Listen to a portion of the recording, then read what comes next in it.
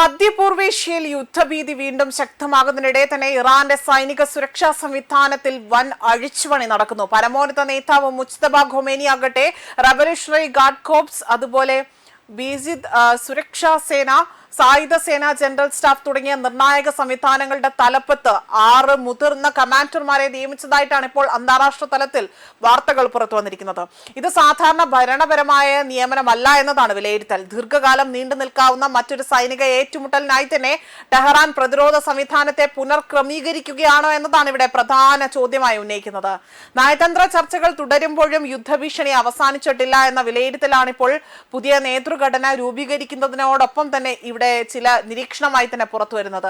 ഫെബ്രുവരിയിലെ US-ഇസ്രായേൽ ആക്രമണത്തിൽ കൊല്ലപ്പെട്ട മുഹമ്മദ് ഫക്തൂർ എന്ന അതിന് പകരം അഹമ്മദ് വാഹിദിയെ IRGC കമാൻഡർ ഇൻ ചീഫായി തന്നെ നിയമിച്ചുകൊണ്ടാണ് ഇവിടെ ആദ്യത്തെ നിയമനം ഉണ്ടായിരിക്കുന്നത്. ഏറ്റവും കൂടുതൽ ശ്രദ്ധ പിടിച്ചുപറ്റുകയാണ്.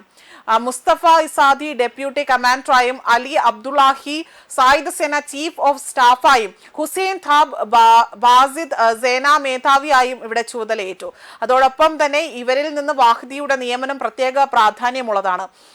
IRGCയുടെ ആദ്യകാലം മുതൽക്കേ തന്നെ സേനയുടെ ഭാഗമായിരുന്ന പരിചയസമ്പന്നനായ കമാൻഡറാണ് അദ്ദേഹം.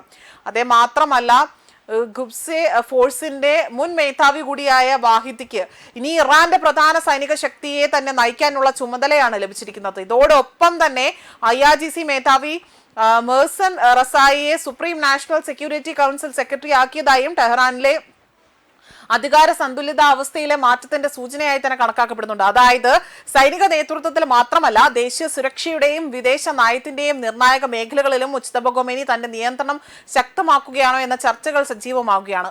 അതോടൊപ്പം തന്നെ പുതിയ നിയമനങ്ങൾ ഇറാൻ ഉടൻ തന്നെ വലിയ സൈനിക ആക്രമണത്തിന് ഒരുങ്ങുന്നു എന്നതാണ് ഇവിടെ തെളിവില്ല എങ്കിൽ പോലും പുറത്തു വരുന്ന വാർത്തകൾ സൂചിപ്പിക്കുന്നത്. മറിച്ച് അമേരിക്കയുമായുള്ള ചർച്ചകൾ കൂടുതൽ ശക്തമായ നിലപാട് സ്വീകരിക്കുവാനും ആവശ്യമെങ്കിൽ സൈനിക പ്രതികരണത്തിന് തയ്യാറായിരിക്കും ഒരേ സമയം ശ്രമിക്കുന്ന തന്ത്രമായിരിക്കാം ഇതാണ് എന്നതാണ് മറ്റൊരു വിലയിരുത്തൽ.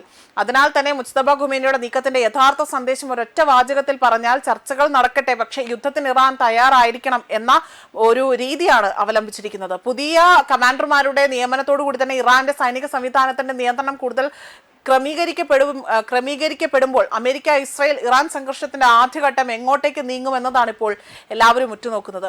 അതേസമയം 1970കളുടെ അവസാനത്തിൽ IRGC രൂപീകരിച്ച കാലം മുതൽ തന്നെ അതിന്റെ ഭാഗമായ വാഹിദി 1980കളിൽ ഇന്റലിജൻസ് സൈനിക വിഭാഗത്തിൽ പ്രധാന പദവികൾ വഹിച്ച ഒരു വ്യക്തി കൂടിയാണ്.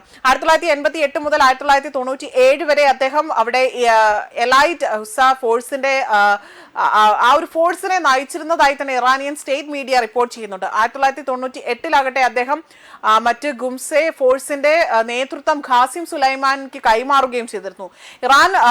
ഇറാന് പുറത്തുള്ള രഹസ്യ നീക്കങ്ങളിൽ ശ്രദ്ധ കേന്ദ്രീകരിക്കുന്ന IRGCയുടെ പ്രത്യേക വിഭാഗമാണ് ഈ ഒരു ഫോഴ്സ്.